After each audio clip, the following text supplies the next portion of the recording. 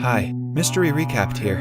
Today, I'm going to explain a science fiction drama film called Another Earth. Spoilers ahead, watch out, and take care. The movie begins with a high school party. Rhoda Williams, a 17-year-old girl, is a highly intelligent student who has just gotten into MIT. She celebrates with her boyfriend. In the background, she narrates that she fell in love with space science after seeing Jupiter's rapid succession in one of NASA's Voyage pictures. Rhoda feels like she can do anything in the world. Later at night, she drives, intoxicated, while listening to the radio, which says that a new planet with its own moon, identical to Earth, has appeared in the solar system. Scientists are baffled by the planet, as no one saw it coming. The radio asks the viewers to look to the north to see the planet, which is clearly visible from Earth. An intoxicated Rhoda looks outside the window of her car as she drives it at high speed. Somewhere near, a family of 3 is in a car parked beside the road. The kid names his robot Bob, and the parents laugh with him. As they talk, we get to know that the mother is pregnant. Their conversation is cut short when Rhoda's car hits them, causing a terrible accident. She is injured but conscious. She steps out of her car and goes to the other car to see the couple unconscious. Not knowing what to do, she turns around and is horrified when she sees the little boy lying lifelessly on the ground. Police sirens wail in the distance and the screen goes black, showing us the newly found planet in the distance. A clip of Rhoda in a cell is shown. She has been arrested after the event. It is now 4 years later. A news report tells us that Earth 2 is now way closer to the Earth and seems to be an exact replica of the Earth by its appearance. It is now easily visible from Earth's surface. The structure of its continents and ocean, even its cities and towns, as seen from the telescope, seems to be identical to the Earth's. Scientists have tried sending radio signals to the planet and received a signal back. However, they have not been able to decipher it. Some scientists don't even believe that the planet exists and believe it to be a cosmic mirror that is reflecting the image of the Earth itself. 4 years after the accident, Rhoda gets out of prison. She goes out for the first time and her parents come to pick her up. While talking about the second planet, her brother mentions an essay contest sponsored by millionaire entrepreneur Keith Harding, who is funding the very first spaceflight to Earth 2. He is granting a free ticket to the civilian who has the best motivation to join. Rhoda comes back home and looks at her belongings in her room. She doesn't feel like the person she used to be and doesn't like the room anymore. She looks outside the window and is fascinated to see the second Earth in the sky. Rhoda then gets on her laptop and learns about the United Space Ventures, the program that her brother talked about earlier.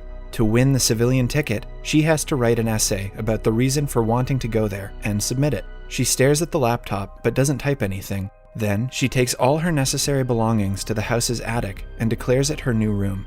She sleeps on a mattress and pastes a picture of the night sky on the wall for decoration. The following day, Rhoda goes to an employment office to look for a job. Being an ex-convict, she cannot go to MIT anymore, and other colleges won't take her. The lady at the office offers her a job according to her qualifications, but Rhoda insists on getting a job that doesn't require her to talk to anyone. She gets a job as a janitor at her old high school. She starts working as a janitor the next day and doesn't seem to hate her job. It has been exactly 4 years since the accident. Rhoda goes to the intersection where the fatal incident took place and looks around. Just then, a car stops nearby and a man comes out of it. Rhoda remembers the guy being the man she saw inside the other car. She is surprised because she thought she had killed them all. The man keeps a robot toy in the pole nearby in the memory of his son and drives away. Rhoda quickly rushes home and looks up the case on her laptop. It turns out the man's name is John Burroughs. Both his wife and son died in the car accident, but he had gone into a coma. A few years later, he woke up and has been living alone ever since. Upon further research, she learns that he has dropped out of his Yale music faculty position. She writes down his address and goes to meet him the next day. Not knowing what to do, she looks at him drinking in his messy living room through the window. The night is snowy and cold. Ridden by her guilt and seeing John in such a state, Rhoda is distressed. She walks on the snow, slowly undressing. In the end, she lies down shivering and naked. Her fingers become blue from hypothermia, and she looks at Earth 2 as she lies in the cold. The screen goes black. In the following scene, she lies on a hospital bed. Someone had found her and saved her from the cold. Her fingers are injured, but she doesn't have any fatal injuries. When she gets back home, she finally writes an essay to apply for the ticket to visit Earth 2.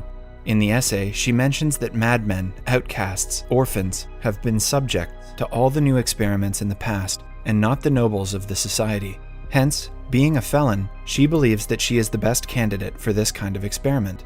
Feeling great after submitting her essay, she goes to a grocery to get candies, where she meets her high school boyfriend, whom she was partying with that night. He tells her he has gotten into business school and introduces her to his girlfriend.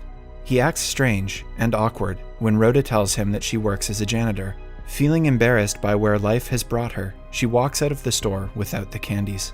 Rhoda knows that she won't feel satisfied until she has apologized to John, so she goes to his house again. She knocks on the door, but the nervousness gets the best of her. Instead of telling him she is the one who killed his family, she lies and pretends to be a maid sent by Maidenhaven Cleaning Services for a free trial. John, who has been living in the place without cleaning it for months, accepts the offer and lets her clean the house. Rhoda is too deep into the lie, so she just goes with it. She starts cleaning, and John notices her investigating a telescope lying in one of the rooms. When she finishes, John, unknown to her identity, invites her next week to clean the house again. The week passes and Rhoda practices telling John the truth. However, when she knocks on his door, she is taken by nervousness again, so she cleans his house again and doesn't say anything. She begins going to his place every week. However, John hardly ever talks to her. One night, Rhoda and her family watch a live broadcast of a scientist trying to communicate with someone on Earth 2. She successfully receives a signal of someone talking, and it turns out that the person talking on the other end is the scientist herself from the other planet.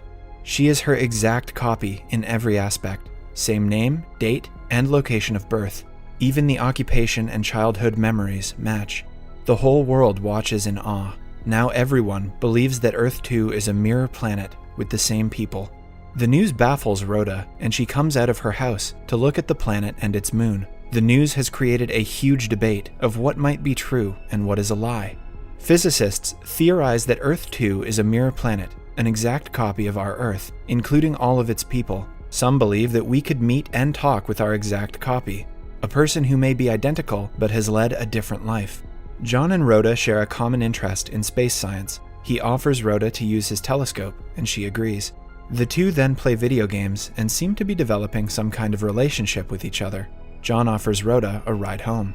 Days go by and John and Rhoda get closer. One day, they arrive on the subject of the first expedition that plans to go to Earth 2. Rhoda tells him about the essay she has submitted, but John is skeptical about the expedition. He insists mankind is not ready to accept the realization that they are no longer unique, since they still believe that they are the center of the universe. John suddenly gets agitated when he learns that Rhoda has washed a sweater that belongs to his wife. He angrily asks her to leave. A radio program that broadcasts a debate warns about the potential dangers of Earth 2. Some people believe that since the people on Earth 2 have similar access to us in weapons and are of suspicious nature, there is a high probability of a war occurring between the planets. Rhoda comes home to John's car parked by her home. He is there to apologize for his behavior earlier, and she forgives him. Then, he insists she come with him somewhere. He takes her to a university auditorium and gives her a private concert of a new piece of music using a saw. The two feel a greater connection to each other. After the performance, they go back to John's home. One thing leads to another, and they end up having sex. Later, John tells her about the accident and his years-long coma, but Rhoda still doesn't tell him the truth. When she returns home, Rhoda's brother tells her that people from the space flight have called. She calls them back and is surprised when the millionaire Keith Harding picks up the phone. He tells her that she has won the essay competition and has been selected to voyage to Earth 2. Rhoda is over the moon and goes to John about the achievement. John praises her at first, but then asks her not to go since they are in a good relationship now. He sees a future with Rhoda, which scares her. She now knows that she cannot lie to him for long. She finally tells him that she was the one who caused the accident that night. John is speechless. He simply sits on the sofa and asks her to get out of his house.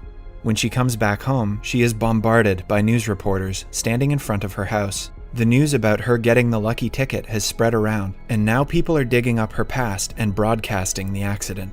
Luckily, her father comes to the rescue and brings her inside. She receives a ticket for her flight to Earth 2 from the United Space Ventures. A few days later, Rhoda hears a scientist's theory in a telecast. He says that the people of Earth 2 had the same mirrored life as that of our Earth until it became visible to our planet. 4 years ago, after the event, people's lives changed slightly, changing their course of action and perhaps their future. Rhoda now believes that her mirror self on the other planet might not have caused the accident. She rushes to John's house with the flight ticket, but he doesn't open the door for her. However, Rhoda is determined, so she sneaks into his house through the window. When he sees her, John cannot control his hatred and starts to choke her. The two struggle for a while until he frees her. She gets up and tells him about the theory she has heard. She claims that the accident might have never happened and his family could still be alive. Rhoda leaves the ticket for him, saying that he could find his wife and son on Earth 2. Sometime later, Rhoda has returned to her normal life. After her apology to John, her mental health is much better. The space shuttle is about to take off when Rhoda sees John in an interview.